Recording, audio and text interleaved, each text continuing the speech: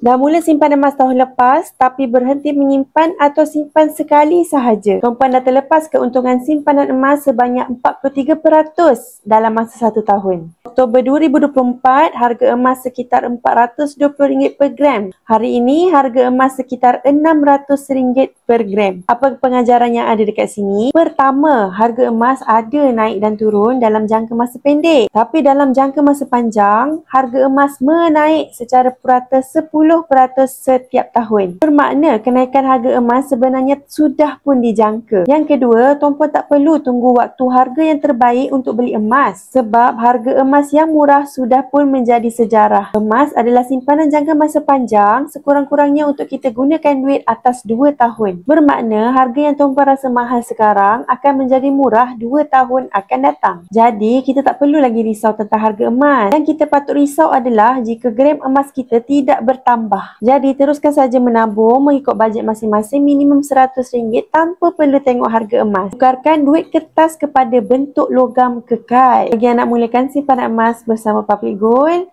nak alihkan sebahagian simpanan kepada emas, boleh rujukkan video atau isi bet biru di bawah.